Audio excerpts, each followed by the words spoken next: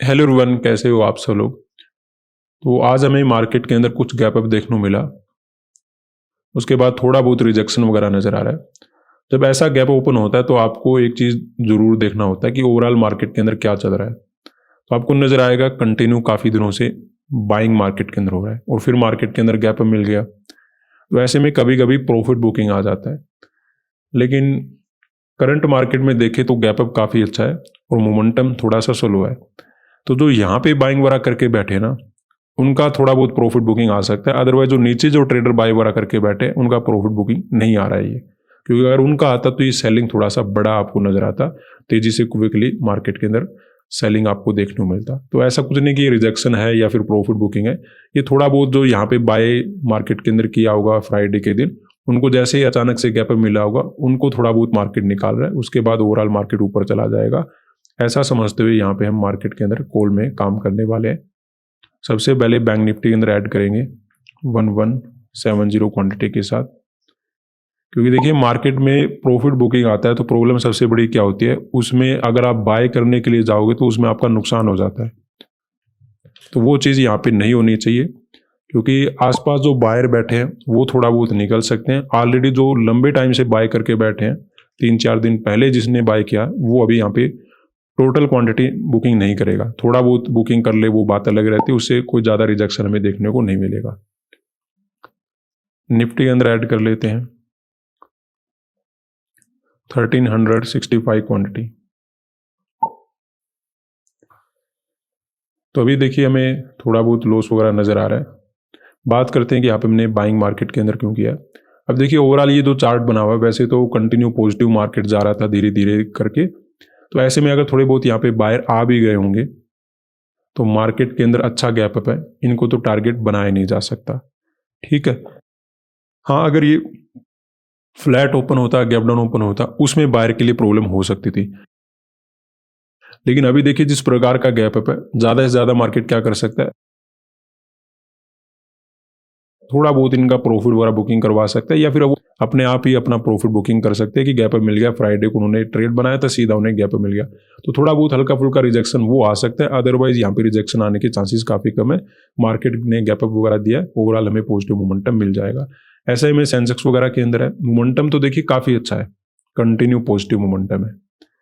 लेकिन देखिए जो यहाँ पे बाय करके बैठा है, जो यहाँ पे बाय करके बैठा है, जो यहाँ पे बाय करके बैठा है, वो प्रॉफिट बुकिंग यहाँ पे नहीं करने वाला।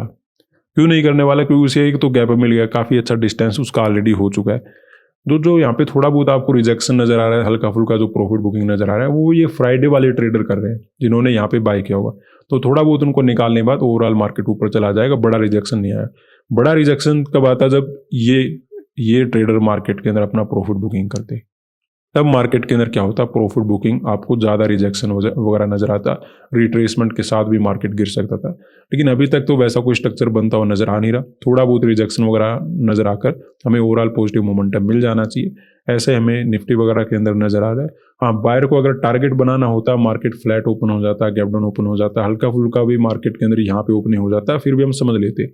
लेकिन गैप अप है, तो जैसे हमने एनालिसिस वगैरह में डिस्कस किया था कि गैप अप में हम बायर वगैरह को टारगेट नहीं बनाने वाले, मार्केट के साथ ही चलेंगे। हालांकि गैप अप काफ़ी ज़्यादा है तो इसमें प्रॉफिट वगैरह बुकिंग आने के चांसेस ज़्यादा रहते हैं, लेकिन वो हल्के फुल्के आएंगे। जो नीचे के जो ट्रेडर हैं उनको पहले ही गैप अप मिल चुका है, ये गैप अप उनको मिल गया।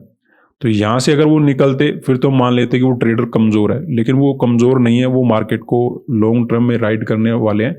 तो ऐसे में छोटे मोटे रिजेक्शन में नहीं निकलेंगे, टोटल नेगेटिव चार्ट बनेगा, उस दिन उनका ट्रेड वगैरह कट होगा। तो ऐसे में ओवरऑल पॉजिटिव मोमेंटम हमें मिलता रहना चाहिए। ऑलरेडी मार्केट के अंदर गैप अप है, मार्केट के साथ ही चल रहे हैं, कोई बड़ा रिजेक्शन वगैरह यहाँ पे नहीं होना चाहिए।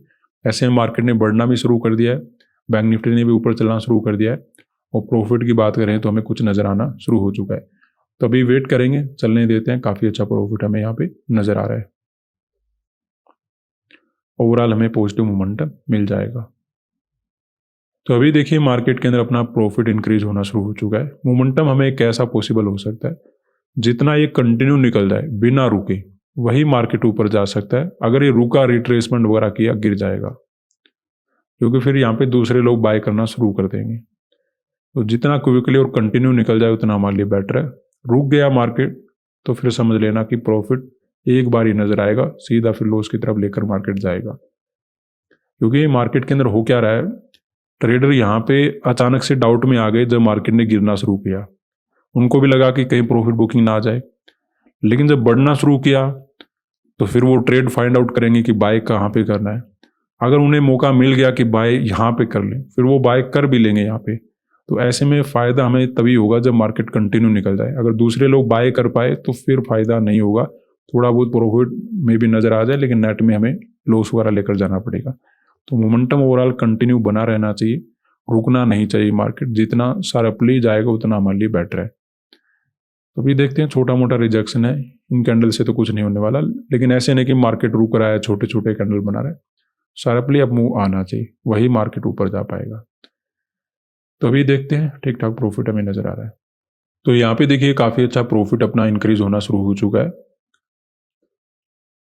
अभी तक तो ट्रेड देखिए बहुत अच्छा लग रहा है, लेकिन अब ये कुछ ना कुछ करेगा, क्योंकि बैंक निफ्टी में हो गया ब्रेकआउट और सेंसेक्स और निफ्टी ने मोमेंटम दिया नहीं। साथ ही साथ में निकल जाते ना तो हमारे लिए बेटर हो सकता था। तो देखते हैं, एक नॉर्मल टारगेट तो मिल ही जाना चाहिए। 720 740 के पॉइंट तो निकाल ही देने चाहिए मार्केट को। वो बैंक निफ्टी निकालेगा, सेंसेक्स और निफ्टी अब नहीं लग रहा ये मोमेंटम उतना देने वाले जितना मार्केट के अंदर मान के चल रहे थे।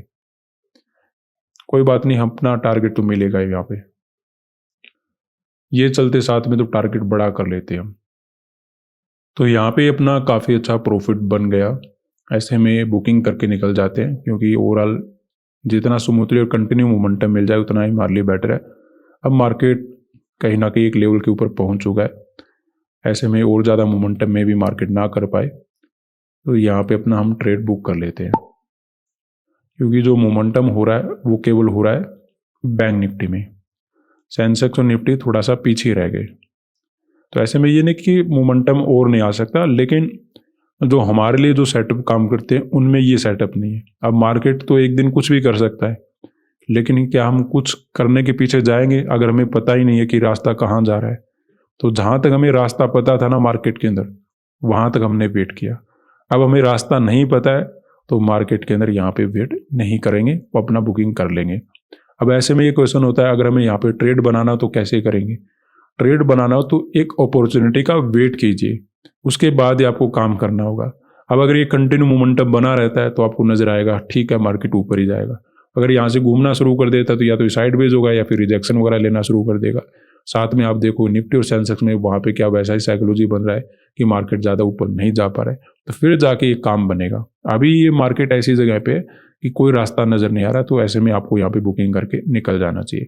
ओवरऑल हमने बाय मार्केट के अंदर क्यों किया था, क्योंकि हमें गैप अप वगैरह ठीक देखने को मिला था। ऐसे में ओवरऑल हमें पॉजिटिव मोमेंटम मिल जाना चाहिए, क्योंकि जो यहाँ पे बाय वगैरह करके बैठे वो मार्केट के अंदर ठीक ठाक प्रॉफिट में आ गए होंगे। फ्लैट टू गैप डाउन में तो हो सकता है बायर को मार्केट परेशान करे, लेकिन गैप अप वगैरह में जैसे एनालिसिस वगैरह एनालिसिस किया, हमें कोई प्रॉब्लम वगैरह नहीं होनी चाहिए। मार्केट के साथ ही हम चलने वाले थे, उसी के अकॉर्डिंग हमें एग्जीक्यूशन करने का मौका मिल गया। दूसरी बात ये होती है कभी कभी प्रॉफिट वगैरह बुकिंग आ जाता है, तो देखिए मार्केट के अंदर जो ट्रेडर थे ज़्यादा से ज़्यादा जो प्रॉब्लम क्रिएट कर सकते थे वो सेंसेक्स और निफ्टी वाले कर सकते थे। जैसे आपको यहाँ पे नजर आ रहा है कंटिन्यू काफ़ी दिनों से बाइंग चल रहा है, लेकिन उनको ऑलरेडी ये गैप अप मिल गया था, ये भी गैप अप मिल गया था। तो अगर कोई प्रॉफिट बुकिंग करने वाला ट्रेडर होता तो यहीं पे निकल जाता, और मे भी निकल भी गया होगा जब गैप अप वगैरह मिला हुआ। तो ऐसे में यहाँ पे कोई बड़ा प्रॉफिट वगैरह बुकिंग नहीं आना चाहिए था, वो हमें नजर आ रहा था। थोड़े बहुत अगर फ्राइडे वाले बुकिंग करने थे उनको मार्केट ने शुरुआत में थोड़ा सा निकाल ही दिया था, तो जैसे ही नीचे मार्केट मिला हमने वहाँ पे मार्केट के अंदर कॉल साइड में ट्रेड बनाना शुरू कर दिया। अब क्योंकि निफ्टी और सेंसेक्स ने थोड़ा पीछे रहना शुरू कर दिया है, तो ऐसे में ओवरऑल हमें यहाँ पे बुकिंग कर लेना चाहिए। मेरा तो यही मानना था कि 740 तक मार्केट आराम से जा पाएगा, वो हमने कवर कर लिया। आज के लिए इतना ही, धन्यवाद।